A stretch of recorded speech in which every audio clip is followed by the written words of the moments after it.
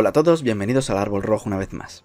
Hoy os traigo un tema que sé que os gusta mucho, que es sobre historia de las religiones. Concretamente es una petición de uno de los suscriptores que me hizo hace ya algún tiempo, que era que hablase de esta propuesta más popularmente promulgada por Yogari Pujol, aunque el libro es de Claude Brigitte Cardinal Pujol, que viene a decir que el cristianismo es una invención de unos sacerdotes egipcios, tomando pues todo lo que es cuentos egipcios y convirtiéndolos en el cristianismo. Eso es un poco menos lo que viene a decir. Y que todo, absolutamente todo, lo que es los libros cristianos son copias de escrituras egipcias. Vale. Lo primero que quiero decir de este tema es que en el mundo académico, para que os situéis, en el mundo académico nadie se toma esto en serio. O sea, al igual que ocurre con lo del 303, que el cristianismo fue creado por Constantino, o esto de que todos los dioses que nacen el 25 de diciembre, que es todo mentira, o que Jesús es una copia de Krishna, o de Buda, o de Horus. En el mundo académico nadie se toma este tipo de cosas en serio. Pero sí tienen su espacio en internet, suelen ser muy propagadas por páginas ateas o anticristianas, y también suelen ser muy publicitadas por los medios de comunicación. Pero bien, vamos a tratar este tema tal como me habéis pedido, y lo primero que tuve que hacer fue hacerme con el libro, porque por las informaciones que hay en internet podrían estar mal, podrían ser incompletas, así que había que hacerse con el libro y me hice con él. Lo leí, por eso tardé un poquito más en hacer este vídeo, porque quise ver realmente de qué se trataba, qué era lo que proponían, a ver si por casualidad tenía a lo mejor algo interesante, y qué es lo que descubrí. Pues bien, lo que en mi opinión se concluyo a la hora de terminar el libro es que es un ejercicio de deshonestidad intelectual enorme, o sea, grande como una montaña. Porque quitando la palabrería y yendo a las pruebas que supuestamente sostienen esta hipótesis, lo único que vemos es un recopilatorio de frases sacadas de contexto que puedan parecerse remotamente a alguna frase aleatoria de algún libro del Nuevo Testamento. Esto es un pitorreo dirigido a quien realmente no tiene conocimiento y quiere creérselo.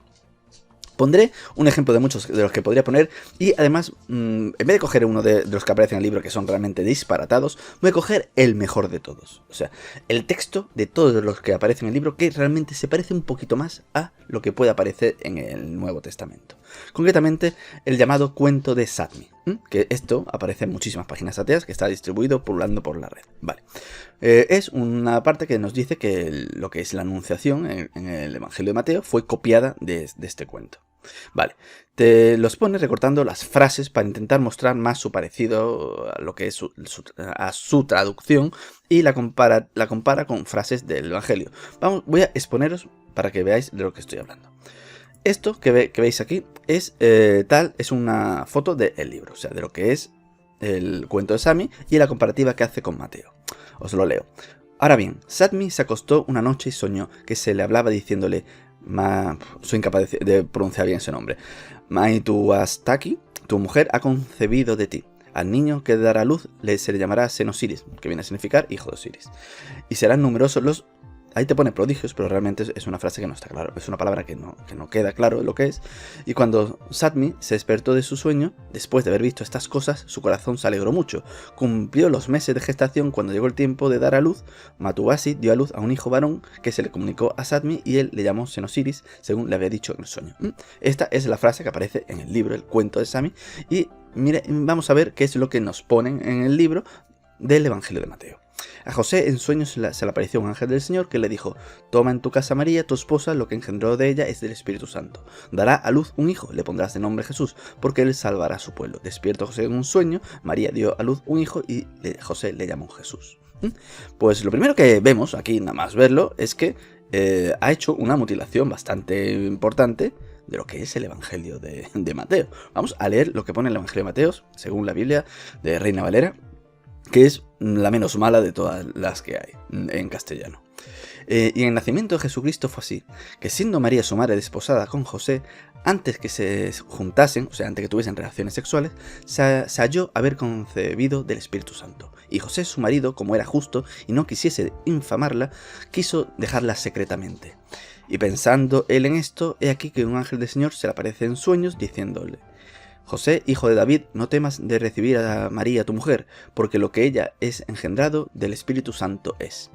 Y parirá un hijo y le llamarás su nombre Jesús. Por nombre le pondrá Jesús, porque él salvará al pueblo de sus pecados. Esto lo que significa es que Jesús, Yeshua, en arameo significa Dios salva, o sea, Yahvé salva.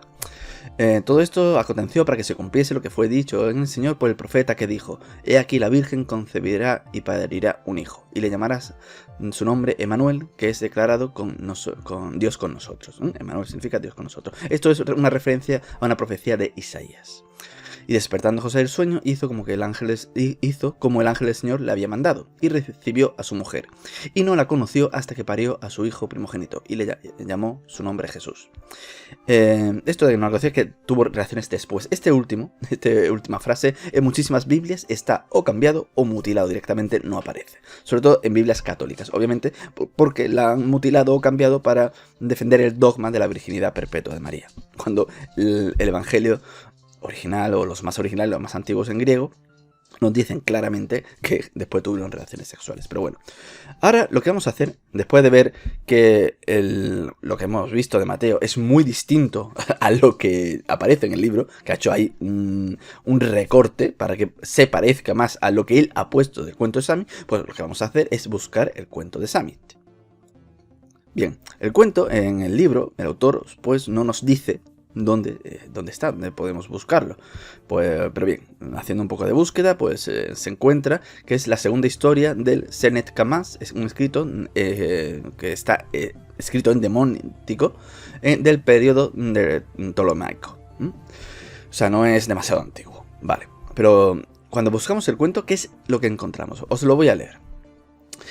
Ella soñó de sí misma, estaban hablando con ella y diciéndole: ¿Eres Mes-Wesek, la esposa de Setme, o Sidme, que miente en vano buscando recibir curación?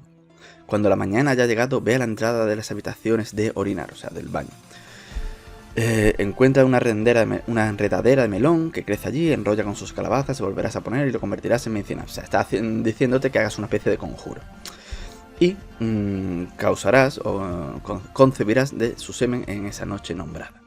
Entonces, Huelsemet pues se despertó de sus sueños, vio las cosas que había visto y actuó de acuerdo con lo que le habían dicho en su sueño. Después, pues se acostó con Setme, su esposo, y concibió a partir de su semen. Llegó su tiempo y aquí que mostró los signos de las mujeres que están embarazadas, es decir, le tenía que bajar la regla y no le bajó. Setme hizo el anuncio de ello ante el faraón, su corazón se alegró de sobremanera por ello, le ató un amuleto, leyó su escritura, Setme se acostó con él una noche y soñó de nuevo, en el cual le dijeron: Mesetú, tu esposa ha concebido en la noche, el niño que nacerá se llamará Si-Osiri, numerosas son las maravillas que hará en la tierra de Egipto. Setme despertó de su sueño, vio las cosas que había visto, su corazón estaba sumamente alegre, vivió sus meses de embarazo, en el momento de que en su momento dio a luz a un niño. Se lo hicieron saber a Setme, el cual lo llamó Si-Osiri, de acuerdo con lo que le habían dicho en el sueño. Después del embarazo, ellos lo nutrieron, es decir, lo alimentaron, y sucedió que el niño, pues cuando tenía 1 año, parecía que tenía 2 años. Cuando tenía 2 años, parecía que tenía 3 años de edad. Setme nunca pasó 1 hora sin mirar al niño Si-Osiri. El amor que le tenía era muy grande. Creció grande y fuerte. Fue enviado a la escuela. Rivalizó con el escriba que le había sido designado para darle su instrucción. Y él comenzó a aprender magia. Se puso a aprender magia. Bueno, después lo escribió de la casa a la vida, al templo Pag. Bueno, el cuento sigue. Como podéis ver, pues podemos continuar, pero la historia es que no tiene nada que ver. O sea, solo hay un par de frases que, siendo recortadas, tienen cierto parecido, lo cual realmente, quizá alguno que no está muy dicho puede creer que son coincidencias muy grandes, pero es que toda la literatura de este periodo histórico está siempre haciendo referencia a sueños, es algo muy normal, y cuando tiene que ver con una concepción, con tener hijos, pues es normal que los sueños hablen de las concepciones, no es extraño que aparezcan elementos como darle un nombre, pero lo realmente significativo es que hay muchísimos escritos. Tenéis que entender que el corpus literario egipcio es inmenso, es enorme. Tenemos literalmente decenas de miles de escritos. Hecho de esta manera, este ejercicio que hace, y os digo que este es el mejor de todos los que hay en el libro, los demás son muchísimo más difíciles de encontrar alguna coincidencia, es que haciendo esto con el corpus egipcio, puedes hacerlo con cualquier libro. Puedes hacerlo con El Señor de los Anillos, puedes hacerlo con Harry Potter, con la propia trilogía de la Fundación, que ahora parece que se va a poner de moda. Una trilogía fantástica, la serie por lo que he visto, una porquería. Haciéndolo, como digo, de este modo, se puede hacer. No es difícil. Por ejemplo, el caso de Harry Potter. El caso de Harry Potter, tenemos a su enemigo Voldemort, al cual se le vincula con la serpiente, con el Slytherin. Al igual que al dios Set, que también a veces se le representa como una serpiente, y uno de los animales que le representan es la serpiente. Bien, pues Set mata al padre de Horus, a Osiris, y se convierte en su enemigo mortal. Exactamente igual que Voldemort, pues también mata al padre de Harry, y también se convierte en su enemigo mortal. Después está todo el tema de la mitología egipcia, de que uno intenta estar dentro del otro. En esta mitología, pues al final es Horus el que consigue estar dentro de Set, gracias a su madre Isis, que le hace comer unas hojas de hierba que contenían esperma de su hijo. Bien, Harry Potter se crea una vinculación entre ambos por la intermediación de su madre al salvarlo. O sea, exactamente, se puede decir que es exactamente lo mismo. Tomando el mismo cuento de este que hemos visto, porque he cogido solo de lo que es la mitología de Horus, Osiris y Set, y ahora también cogiendo este mismo cuento de Sami, pues podemos ver que también Harry Potter, su nacimiento fue también anunciado por una profecía, como un salvador, y fue enviado a una escuela de magia. O sea solo con este mismo cuento y con una de las mitologías más extendidas y más claras de la mitología egipcia, puedo hacer un paralelismo muy bueno con Harry Potter. ¿Significa eso que está clarísimo que J.K. Rowling se copió de los textos egipcios para crear Harry Potter? Pues obviamente no. Solo que tomando cosas de aquí, tomando cosas de allí, es muy fácil hacer lo que están haciendo. Simplemente se hace un posturado de una idea peregrina y la podemos hacer realmente con cualquier texto. Y además, que es que la mayoría de las cosas donde buscas similitudes en el libro son muy normales en cualquier relato o historia. Como por ejemplo, hay un momento del libro en que hace una comparación con el libro de Apocalipsis, donde dice que después ya no habrá más hambre ni más sed. Y busca, simplemente con esa frase tan sencilla, con este concepto tan básico, un texto donde se ve a un faraón prometiendo a su pueblo no pasar en su reinado hambre y sed. Y de verdad, o sea, yo cuando leo eso, me quedo diciendo, pero ¿de verdad cree que esto es una copia? Si es que eso es ridículo, eso es pura palabrería. Eso es lo que diría cualquier político, sobre todo si vive en una zona donde hay escasez de agua, como puede ser Egipto. O también, cuando en el libro pues, hay discusiones sobre la justicia, o cuando a uno que lo van a torturar y lo desnudan. Igual que a Jesús, cuando lo fueron a torturar, lo desnudaron. Pero vamos a ver, es que eso es muy normal. Cuando van a torturar a alguien, es muy normal que lo desnuden. Cuando le van a dar latigazos y eso, no se lo van a dar con la ropa puesta. O sea, eso son cosas muy normales. Pero, sin embargo, te lo ponen como si fuese una coincidencia, una copia evidente. Y es que sus algo más de 300 páginas que tiene este libro, es que no hay ni una sola prueba, ya no que sea buena, es que sea regular. O sea, es un completo disparate que solo, como he dicho antes, está dirigido a aquellas personas que no tienen conocimiento de este tema o aquellos que quieren creérselo que dice y que además no tienen sentido crítico alguno. Y es que, ya terminando con lo que es el libro, el propio libro muestra un ejemplo que desmonta su propio argumento. Hay un momento en el que te hace una comparativa de los 4 evangelios cuando hacen la llegada de las mujeres a la tumba. Te ponen cómo relatan los 4 evangelios este acontecimiento. Y no se da cuenta el autor o la autora que está dando una prueba evidente de que su propuesta es absurda. ¿Por qué? Porque si esto fuese una creación de los sacerdotes egipcios, primero no habría 4 relatos distintos, habría uno. Siempre cuando se quiere crear una religión, se crea un texto, llámese Corán, llámese el libro del Mormón o como quieras. No 4 y que además tienen contradicciones entre ellos.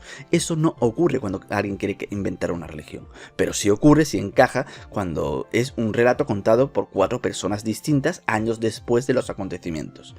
Que cada uno cuente versiones parecidas pero diferentes. Haced la prueba. O sea, yo os invito a que habléis con familiares y que escriban un acontecimiento que vivisteis, sin daros pistas entre vosotros, de hace ya bastantes años. Y que luego comparéis los escritos de cada uno. ¿Qué vais a ver? Pues veréis que difieren en muchos detalles, porque la memoria funciona así. La memoria de cada persona es distinta y recuerda los acontecimientos de forma diferente. Eso es lo normal. Por lo tanto, el libro, en esta parte que estoy mencionando, destruye su propia hipótesis. Bien, hemos terminado con lo que es el libro y ahora vamos a seguir con otras cuestiones, digamos. Por ejemplo, una entrevista que se hizo súper popular fue lo que comenzó, digamos, a llamar la atención de toda esta historia, que fue una entrevista que se hizo hace ya muchísimos años, hace ya casi 20 años, o 20 años ya, a el señor Yogari Pujol en La Vanguardia. Vamos a leerla, no voy a leerla entera porque no es importante tampoco todo, y vamos a ver un poquito. Vamos a ver. Periodista, Navidad, el niño de Dios ha nacido. Esto es, como digo, de La Vanguardia de diciembre de 2001. Yogari Pujol, pero no hace 2000 años. Dice el periodista, hay un desfase en el calendario de 3 o 4 años, ¿no? Y dice, no, me refiero a que hablo de hace 5000 años. La idea del niño Dios nació 3000 años antes de Cristo. ¿Cómo? ¿A qué niño se refiere? Al faraón, a la figura del faraón en el Antiguo Egipto, que era considerado hijo de Dios. Vale, sí, es cierto. Los faraones se consideraban hijos de las divinidades, de hecho ellos mismos se consideraban divinidades, pero esto es algo muy normal en la realeza de todas las épocas y de cualquier cultura. En China pasaba exactamente igual. Entre los romanos, el César, exactamente igual. Se consideraba hijo de dioses y divino. Realmente el faraón no se consideraba hijo de Dios, porque los egipcios eran politeístas. Se consideraban hijos de un dios. Vale. Continuamos con la entrevista. No veo relación entre el faraón y Jesús. Es esta. A Jesús se le atribuyeron las enseñanzas y los rasgos característicos del faraón. No. O sea, esto aquí Yogari Pujol se lo está inventando, literalmente. Bueno, quizá haya alguna coincidencia, pero los paralelismos son infinitos, nos dice Yogari Pujol. A ver. Ya 3000 años antes de Cristo, el faraón era considerado hijo de Dios. Como luego Jesús, sí, también en China, y como digo, después también, los merovingios también se consideraban así. El faraón era a la vez humano y divino, como luego Jesús. Su concepción era anunciada a la madre, como luego Jesús. No, esto no es así. El faraón mediaba entre Dios y los hombres. Tampoco. Como luego el Jesús. El faraón resucita, como luego Jesús. Tampoco. El faraón resucita. El faraón pasa al otro mundo. El faraón asciende a los cielos, como luego Jesús, como en la mitología egipcia, como todos aquellos que superasen las pruebas. Por lo tanto, no. O sea, no es parecido, por mucho que este hombre insista. Jesús, un clon del faraón. ¿Qué cosas? Dice el periodista. ¿Se sabe usted la oración que nos dice que Jesús creó y enseñó, el Padre Nuestro? Atentos ahora. Por supuesto, Padre Nuestro que estás en los cielos, santificado sea tu nombre. Vale, y ahora dice Yogari Pujol. Esa oración se encuentra en un texto egipcio del año 1000 a.C., conocido como la oración del ciego. Quedaos con esto que está diciendo aquí, la oración del ciego. Y ese mismo texto están también las que luego serán las bienaventuranzas de Jesús. Óigame, toda la teología del antiguo Egipto asomará luego en Jesús. Quedaos con esa frase que ha dicho Yogari Pujol, que el Padre Nuestro está en un texto del año 1000, conocido como la oración del ciego. Después iremos a eso, con eso. Sí, seguro que es así. Y no solo eso, también el Antiguo Testamento, en 600 a.C., está impregnado del monoteísmo del faraón Akenatón. No, el faraón Akenatón, es cierto que tuvo monoteísmo, pero el Antiguo Testamento tiene muchísima información que es muy anterior a esa época. De hecho, tenemos leyes de las tablillas sumerias que se vienen reflejadas en los libros del Génesis. Simplemente que el Antiguo Testamento son muchos libros de distintas épocas. Pero bueno, volvamos a Jesús, la concepción divina. La teogamia, el matrimonio divino, viene de Egipto. Dios engendra una reina del nuevo faraón. Vale, como hemos visto, esto se está refiriendo a lo del cuento de Samit. Lo pone aquí. Hay un texto en egipcio, en demótico, del año 550 a.C., el cuento de Samit, que relata esto. La sombra de Dios apareció a Amenhotep y le anunció: tendrás un hijo y se llamará Osiris. ¿Le suena? Ya hemos visto que esto no es así. O sea, aquí en la entrevista lo está exagerando para que parezca más real. Para empezar, no era el faraón. Samit se lo anunciaba. O sea, aquí, como veis, hay se hace un poco lío, o en la entrevista lo quiere engrandecer para que parezca más. El ángel de anunciación, María, muy bien. Vamos a seguir un poquito más porque lo de Samit, ya creo no, ya lo hemos analizado. Luego a Jesús querrá matarlo Herodes. En la mitología egipcia, Set quiere matar al bebé Horus y su madre Isis huye con él, como la Sagrada Familia huye a Egipto. Vamos a ver, es que esto ocurre a lo largo de la historia en 1001 ocasiones. Que cuando se ve amenazado un rey, intenta acabar con aquellos que le amenazan. Parece tan Juego de Tronos, vamos. ¿Y el oro y el incienso y la mirra qué? Dice el periodista. Los egipcios lo tenían por emanaciones del dios Ra. El oro era su carne, el incienso su perfume y la mirra su germinación. No, aquí esto no tiene nada que ver con eso. Para empezar, para los cristianos no tiene nada que ver con esta interpretación. Los cristianos dicen que el oro es porque es un rey, el incienso es porque es un dios y la mirra porque es mortal. Vale. Sin embargo, la explicación real de dónde viene esto del relato de la ofrenda de los magos es porque los magos eran sacerdotes caldeos, eran sacerdotes de lo que es el zoroastrismo, de la veneración a Ahura Mazda. Y hace no demasiado tiempo se descubrió que precisamente las ofrendas a este dios eran oro, incienso y mirra. Por lo tanto, el relato evangélico es perfectamente coherente con el conocimiento histórico que tenemos. Que estos magos pensaron que Jesús era efectivamente la encarnación del Dios Supremo, de Ahura Mazda, y le hicieron las ofrendas que ellos en su religión le hacían. Sí, y esto los cristianos no lo sabían porque si no es la interpretación que le habrían dado, porque realmente sería un punto a favor. Hay que entender que los cristianos iban dirigidos a los judíos, lo que eran los textos cristianos, y el hablar de la astrología no era desde luego algo positivo. Los judíos despreciaban la astrología, salvo algún que otro, digamos, que en esta precábala antigua que ya empezaban, digamos, a prestarle atención, porque lo que es el pueblo en general despreciaba la astrología. Bueno, y del bautismo de Jesús, ¿qué me dice? Contemplen la imagen de un sacerdote, está bautizando al faraón con agua. Pero no, lo están haciendo un baño. Y a Jesús el bautizo, de hecho lo que significa es sumerger. O sea, no es los bautizos antiguos, entre los antiguos cristianos, no eran como se hace hoy en día en las iglesias, que se le echa un poquito de agua por encima. Eso fue más bien un sincretismo que después hizo la iglesia con otras religiones. En la iglesia primitiva el bautismo era eso, era sumerger. O sea, se sumergía a la persona, digamos, que quería purificarse y emergía, digamos, como un hombre nuevo. Era poco menos el significado de eso. Por lo tanto, nada tiene que ver con lo que nos quiere hacer ver aquí Joel Pujol. Bueno, continúa el periodista. Oiga, todo me lo hace cuadrar usted. Yo soy, sobre todo, explicando las cosas así. Pero bueno, todo está en los antiguos textos, pinturas y bajorrelieves egipcios. Mire, este es el año 300 a.C. El rey Ptolomeo está prostrado ante Isis y Isis le dice: te daré todos los reinos de la tierra. No dice exactamente eso, pero bueno, algo parecido. Y no sé yo realmente que si es algo tan extraño que a un rey le tienten con eso. Pero bueno. ¿Qué me dice de los milagros de Jesús? Ve esta pintura del banquete, está la tumba egipcia de Pat-Eri en el 1500 a.C. Se escenifica la conversión del agua en vino por el faraón. No, lo que se significa es es que el faraón tiene vino.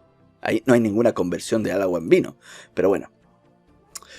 También el faraón hacía milagros, multiplicar panes y peces. No, eso lo hizo el dios Sok, que como cuentan en los textos de las pirámides. Como digo, toma de todos lados, o sea, busca de aquí y de allí, y el dios Sok no multiplica los panes y los peces, no, simplemente es un dios del río y les da de comer peces y panes y comida a la gente. Es un dios que entrega comida. Esa es digamos, la función de ese dios. O sea, intenta, como digo, buscar una cosa aquí, otra cosa aquí, para buscar algo que se le parezca. Es lo que realmente está haciendo. Pero Jesús entra a triunfar en Jerusalén. Sí, ya, como un rey, dice Joel Pujol. O sea, sobre un asno. O sea, vencedor sobre el mal. El asno en Egipto era Set, el dios que mató a Osiris. Y al hijo de este, el hijo de este, Horus, somete y monta.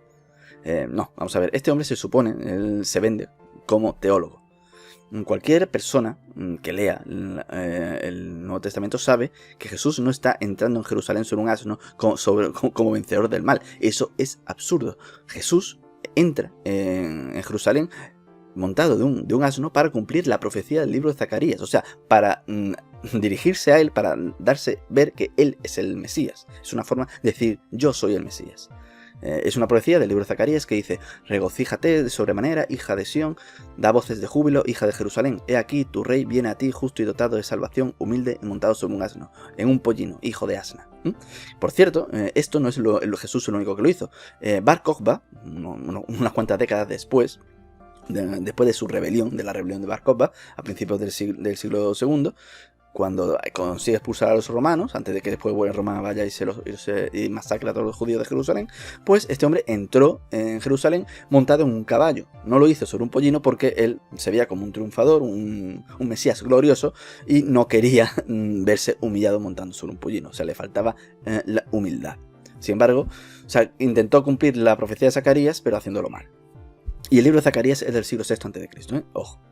Bueno, como digo, es que no tiene que ver aquí. Jesús no entró como salvador, como vencedor de nada. Es que no tiene nada que ver. O sea, y Osiris, mejor dicho, Set, el asno, es uno de los animales de Set, igual que la serpiente, igual que el cerdo.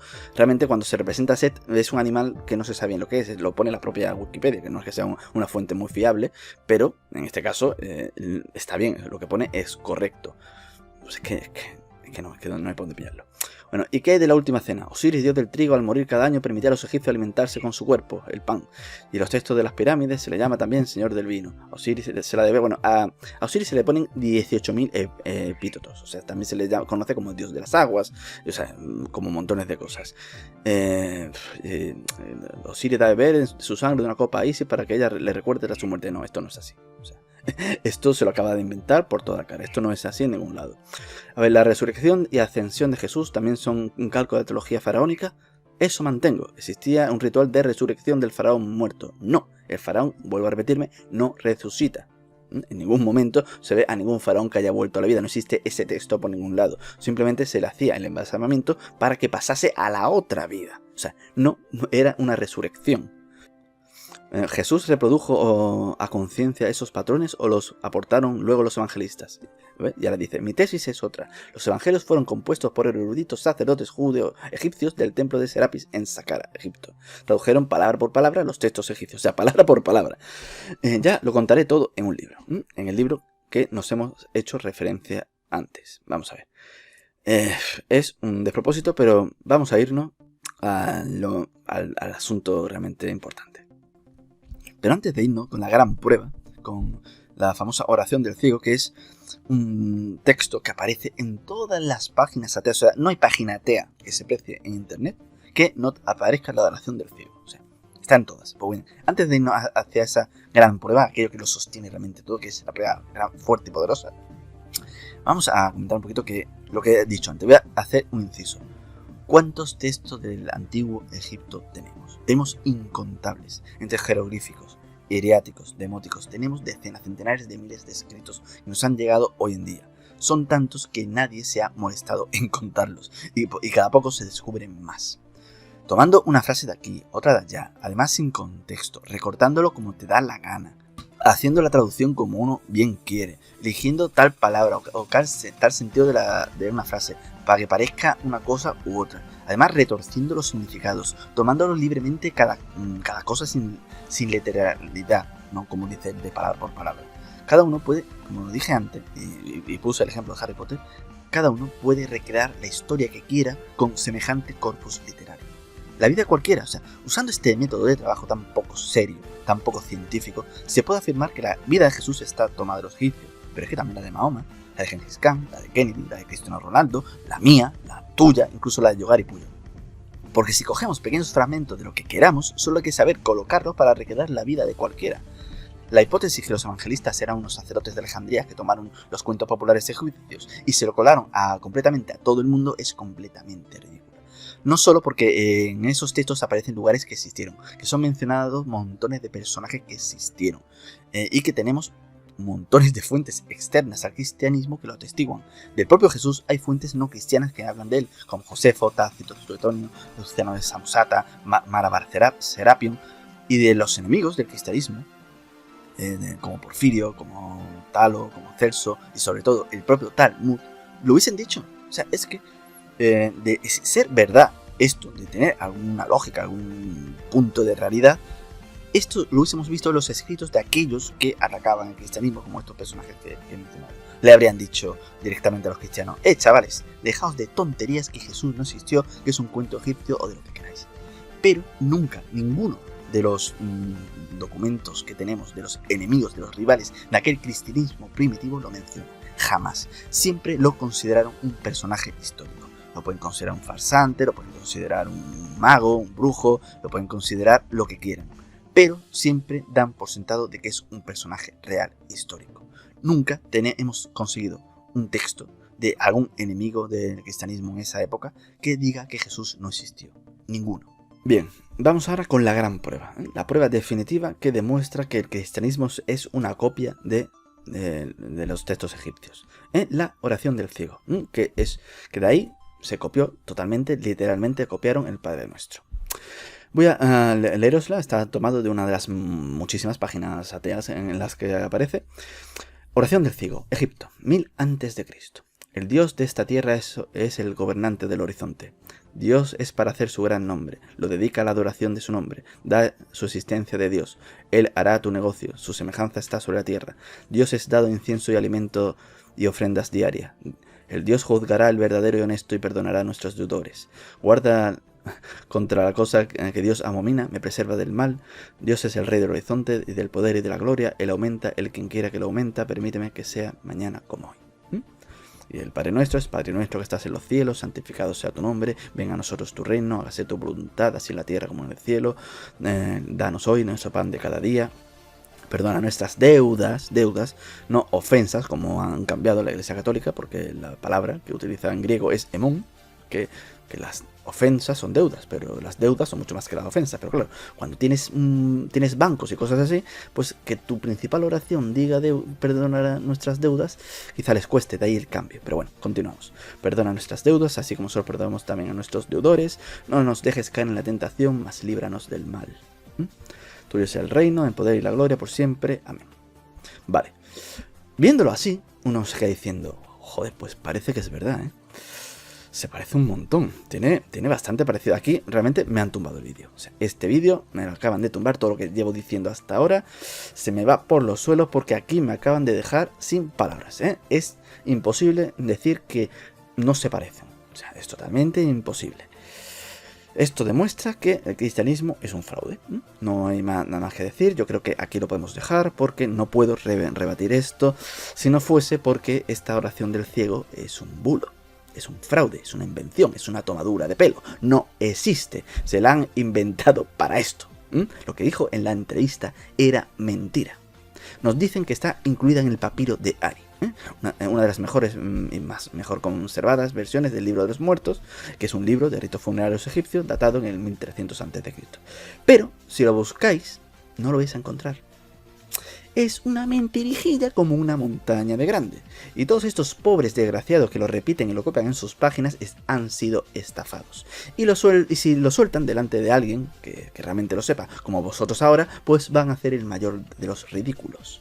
La realidad es que para crear la oración del ciego, el autor, de quien se lo haya inventado, pues lo que ha hecho es tomar un par de frases sueltas del libro de los muertos, concretamente del gran himno a Atón, y algún que otra frase y palabras completas o cogiendo de aquí y de acá de textos diferentes como la máxima de Ani. En resumen, un auténtico, esto sí, fraude.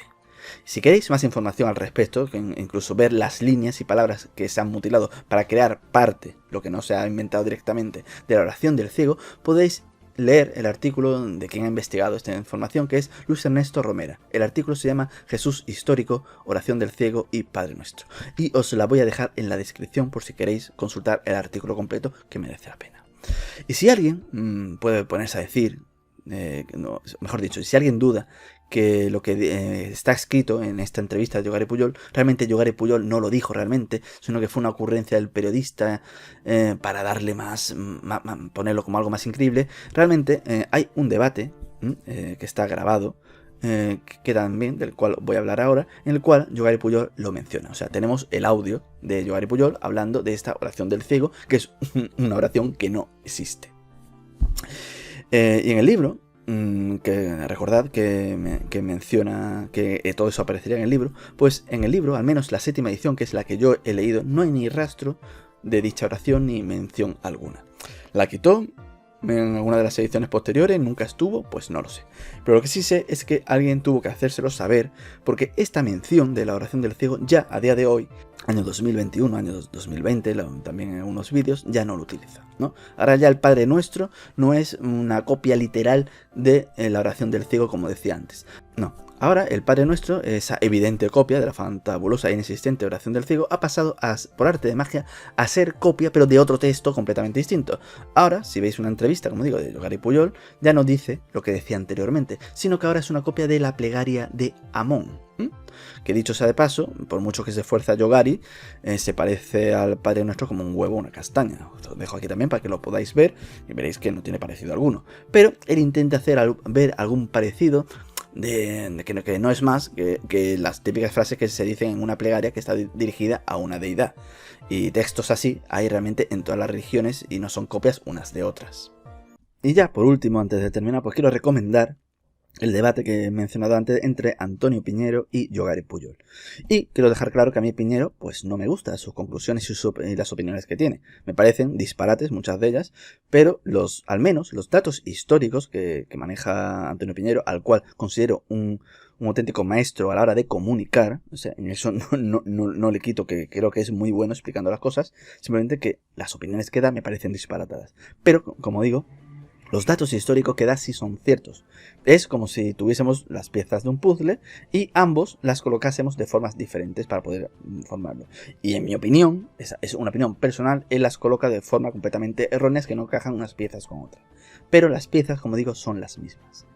Los personajes como lo que inventaron, esta cosa tan absurda del Jesús egipcio, al igual que otras estupideces como que el cristianismo lo inventó Constantino en el siglo IV, pues lo que hacen, siguiendo el símil del puzzle, es quedarse con una décima parte de las piezas, descartan el resto y ellos se inventan las otras piezas para inventarse un puzzle que nada tiene que ver y que puede ser bonito, pero es tan inventado como la Guerra de las Galaxias. Y como digo, el debate que también os voy a dejar en la descripción, o si me deja YouTube, si no, pues os invito a que lo busquéis. Lo que puedo decir de este debate es que es una auténtica paliza. O sea, Piñero le da una paliza a Yogari, y eso que son amigos, ojo, que son dos personas que son amigos. Incluso podría decir, yo tengo bastante la creencia de que están hermanados, y no sé si me entendéis con lo de hermanados. Tengo algunos indicios que me parece que apuntan en esa dirección. Pero ya, volviendo al debate, la verdad es que yo personalmente escucho este audio y me da realmente hasta cierta pena este hombre, Yogari. Y que conste que, como he dicho antes, que yo con Antonio Piñero no coincido en casi nada. Es más, viendo el debate me da la sensación de que Antonio Piñero no quiere hacer demasiado daño, porque calla muchísimo de lo que podía haber dicho. Y más, que es un debate sobre palabras, que no se están usando realmente texto, pues si no hubiese sido muchísimo peor. Y hay un momento del debate en el que Yogari habla de Pablo Tarso, y se nota que Piñero está aguantándose el decirle algo, insultarle o algo así. Porque lo que dice Yogari sobre Pablo son disparates ridículos. Es más, hay otra parte de la plática que sale el tema de esto que he mencionado antes, de que de la tontería de que el cristianismo fue inventado en el 303 por Constantino. De esto hablamos ya en un directo, quizá haga algún vídeo más concreto sobre eso. Pues bien, Piñero afirma que es poco menos que la mayor estupidez que ha escuchado en los últimos tiempos sobre el cristianismo. Yo en esto concuerdo con Piñero. Pero es que yo estoy convencido, y creo que si escucháis el audio y conocéis el trabajo de este hombre, coincidiréis conmigo, que si Yogari Pujol no fuese su amigo, diría exactamente lo mismo de la tontería egipcia. Y nada más, yo creo que ya estaba bastante claro, no quiero alargar más el vídeo. Espero que os haya gustado. Si es así, compartir el vídeo. Cuando alguien saque lo del tema egipcio, si queréis compartirlo, o mostrarle, o pedirle que os diga exactamente, que os muestren esa oración del ciego, en qué parte del libro de los muertos está. Y ya está, digamos, poco más que de añadir. Nos vemos en el próximo vídeo programa. Hasta pronto.